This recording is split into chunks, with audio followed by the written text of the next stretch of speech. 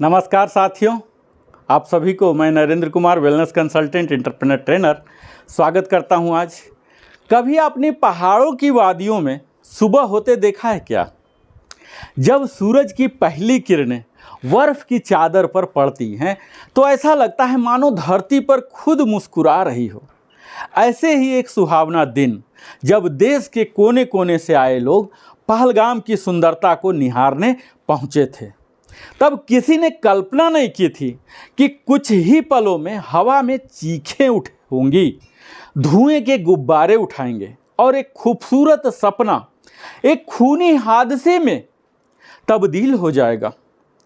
22 अप्रैल 2025 यह दिन भारत के इतिहास में एक तारीख नहीं है बल्कि एक जख्म बन गया है। 26 मासूम पर्यटकों की चीखें, बच्चों का रोता चेहरा, महिलाओं की चप्पलें जो भागते समय छूट गई थी और कुछ अधूरे कैमरे जिनमें शायद कश्मीर की अंतिम तस्वीरें थी। यह गुनाह था उनका, सिर्फ इतना कि वे इस धरती के सौंदर्य से प्रेम कर बैठे थे। आज जब इस विषय पर बोलते हैं तो यह सिर्फ एक सुरक्षा का विषय नहीं है, यह हमारी अस्मिता, हमारी मानवता और हमारे राष्ट्र के आत्मसम्मान की बात है। आज हम जानेंगे पहलगाम हमले से पहले भारत कैसा था, उस दिन क्या हुआ, उसके बाद इस देश ने क्या सीखा, क्या सहा और कैसे खड़ा हुआ। आज हम एक अत्यंत संवेदनशील, भावनात्मक और राष्ट्र के भविष्य से जुड़े विषय पर आप सबों से चर्चा करने जा रहे हैं। पहलगाम आतंकी हमला और इससे पहले और बाद की भारत की क्या स्थिति है, इसे आप कह सकते हैं कि यह एक राष्ट्र के धैर्य, निर्णय और प्रतिक्रिया की कहानी है। यह कोई सामान्य घटना नहीं थी, यह एक ऐसा मोड़ था जिसने भारत की आंतरिक और बाह्य नीति को झकझोर दिया। भारत की स्थिति आप जानते होंगे मित्रों कि हमले से पहले क्या थी, तो कश्मीर में उम्मीद की बहार थी। अनुच्छेद 370 के हटने के बाद घाटी में शांति लौट रही थी। स्थानीय लोग पर्यटन, व्यापार और शिक्षा की नई शुरुआत की ओर बढ़ रहे थे। भारत पाक रिश्तों में अगर उसके बात की जाए तो सशर्त स्थिरता थी। सीमावर्ती इलाकों में नियंत्रण रेखा पर फायरिंग कम हुई थी, उसकी दर घट रहे थे। पाकिस्तान से बातचीत के संकेत भी मिल रहे थे और अमरनाथ यात्रा और पर्यटन की तैयारी हो रही थी। पहलगाम, गुलमर्ग और श्रीनगर में रिकॉर्ड पर्यटक आने लगे थे। स्थानीय जनता पर्यटन से लाभान्वित हो रही थी, उनकी इकोनॉमी टूरिज्म पर ही डिपेंड करती है और आतंकी घटनाओं में भारी गिरावट दिखने को मिला था। सेना और खुफिया एजेंसियों के संयुक्त प्रयासों से घाटी में जो गतिविधियां थी वो सीमित हो चुकी थी।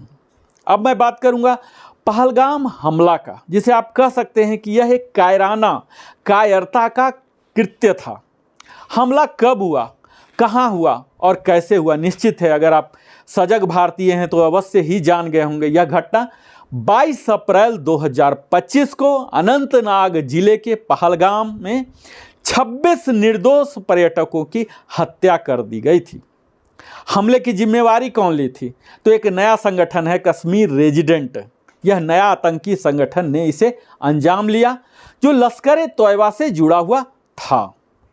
क्यों निशाना बनाए गए ये पर्यटक? आपके दिमाग में यह सवाल जरूर आता होगा।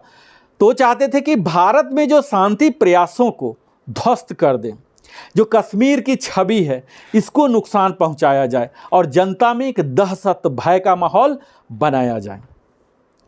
इस हमले के समय प्रशासन की जो तत्परता थी यह सचमुच सराहनीय है। सेना ने कुछ ही घंटे में इलाके को घेर लिया, रेस्क्यू ऑपरेशन तेजी से चला। अब मैं बात करूंगा कि भारत की प्रतिक्रिया क्या हुई। तो कूटनीतिक स्तर पर बहुत ही कड़ा संदेश दिया गया।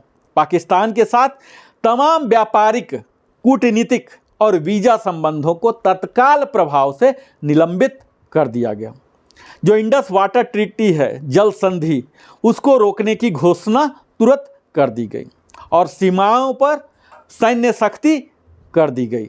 जम्मू कश्मीर में सेना की विशेष टुकड़ियों की तैनाती की गई, सुरक्षा व्यवस्थाओं को चौकस किया गया, अमरनाथ यात्रा को सुरक्षित करने की रणनीति बनाई जाने लगी। ऑपरेशन अभ्यास का शुभारंभ किया गया। देश भर में नागरिक सुरक्षा जो सिविल डिफेंस है, इनका राष्ट्रीय अभ्यास शुरू हो गया। हवाई हमलों, आपदा प्रबंधन और मेडिकल राहत जैसी तमाम तैयारियां पूरे देश में की गई। आतंकी नेटवर्क पर एक करारी चोट भी किया गया, जिसमें 175 से अधिक संदिग्धों की गिरफ्तारी की गई। पाकिस्तान से संचालित आतंकी फंडिंग पर सर्जिकल कार्रवाई की गई। अब आप बोलेंगे कि पाकिस्तान की प्रतिक्रिया क्या हुई और कैसे तनाव में तब्दील हो गया। तो आप देखिए कि पाकिस्तान की सदैव दोहरी नीति रही है। एक और हमले की निंदा और दूसरी ओर आतंकी गुटे जो हैं उनको संरक्षण भी देते हैं, पोषण भी देते हैं। तो भारत पर आरोप लगाना और यूएनओ में शिकायत करने का प्रयास, ये सब पाकिस्तान का कृत्य रहा। कूटनीतिक पलटवार क्या हुआ? तो पाकिस्तान ने शिमला समझौता निलंबित किया और भारतीय विमान पर हवाई क्षेत्र बंद कर दिए।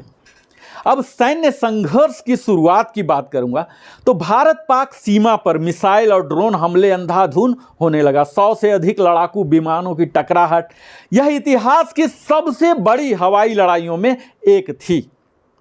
अब मैं अगर अंतर्राष्ट्रीय दबाव की बात करूं तो अमेरिका, G7 और संयुक्त राष्ट्र ने दोनों देशों से संयम की अपील की कि युद्ध अच्छा नहीं होता है, इसे यथाशीघ्र बंद करें।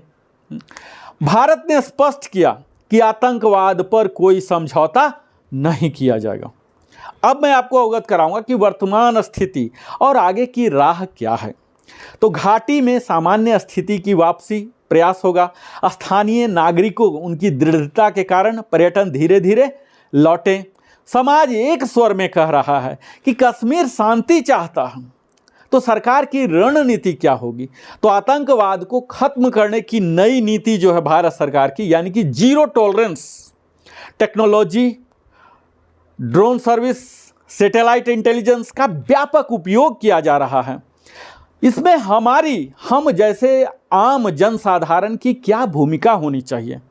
हम सब भी भारतीय हैं, हमारी भी जिम्मेदारी होनी चाहिए। तो आतंकवाद को केवल सरकार की समस्या न माना जाए, यह राष्ट्र की एकता में हमारी असली शक्ति है और शहीदों का बलिदान व्यर्थ नहीं जाएगा।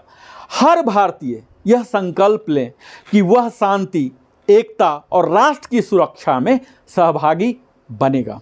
आज का भारत कमजोर नहीं, सहनशील है, लेकिन जवाब देना जानता है। पहलगाम का हमला हमें झुका नहीं सकता, यह हमारी आत्मा को और मजबूत बनाता है। आइए हम मिलकर शपथ लें, न आतंक को बर्दाश्त करेंगे, न भारत की अखंडता से समझौता। जब कोई अपने देश के नागरिकों पर हमला करता है तो वह सिर्फ लहू नहीं बहाता, वह एक मां की गोद उजाड़ता है, एक बच्चे से उसका पिता छीनता है, एक बहन से उसका भाई और एक पत्नी से उसका जीवन साथी छीन लेता है। पहलगाम में जो हुआ वो किसी एक राज्य, किसी एक धर्म या किसी एक वर्ग पर नहीं हुआ, वो हमला पूरे भारत पर था, हम सब पर था। लेकिन याद रखिए साथियों, भारत एक ऐसा राष्ट्र है जो आंसू पोंछना भी जानता है और जवाब देना भी। हम शांति में विश्वास रखते हैं लेकिन कायरता नहीं सहते। इस हमले के बाद देश रोया जरूर, लेकिन टूटा नहीं, बल्कि और मजबूत हुआ है। हमारी सेना, सरकार और हम जैसे सामान्य नागरिक सब एक हो गए और आज हम सब यहाँ खड़े होकर कह सकते हैं कि तुमने हमारे पर्यटक मारे लेकिन हमारे हौसले नहीं तोड़े, तुमने हमारे बच्चों को छीना लेकिन हमारी माँ भारत माता और भी सपूत जनेंगी। और ये जरूरी है कि हम सिर्फ भावनाओं में न बहें बल्कि उन्हें ताकत बनाएं। हर भारतीय का यह कर्तव्य है कि वो अपने स्तर पर आतंक के खिलाफ आवाज़ उठाए, सोशल मीडिया पर गलत जानकारी न फैलाएं, अफवाहों से बचें और अपने बच्चों को राष्ट्रभक्ति, सहिष्णुता और साहस का पाठ पढ़ाएं, क्योंकि भारत सिर्फ एक जमीन का टुकड़ा नहीं है, यह 140 करोड़ धड़कनों का नाम है। और जब यह धड़कनें एक साथ धड़कती है साथियों, तो दुश्मन की गोलियों से ज़्यादा शक्तिशाली आवाज़ निकालती है। तो आइए आज संकल्प लें कि हम न कभी झुकेंगे, न कभी डरेंगे और न कभी अपने देश की गरिमा को चोट पहुंचाने देंगे। हमारी एकता हमारी सबसे बड़ी शक्ति है। जय हिंद, भारत जिंदाबाद, वंदे मातरम।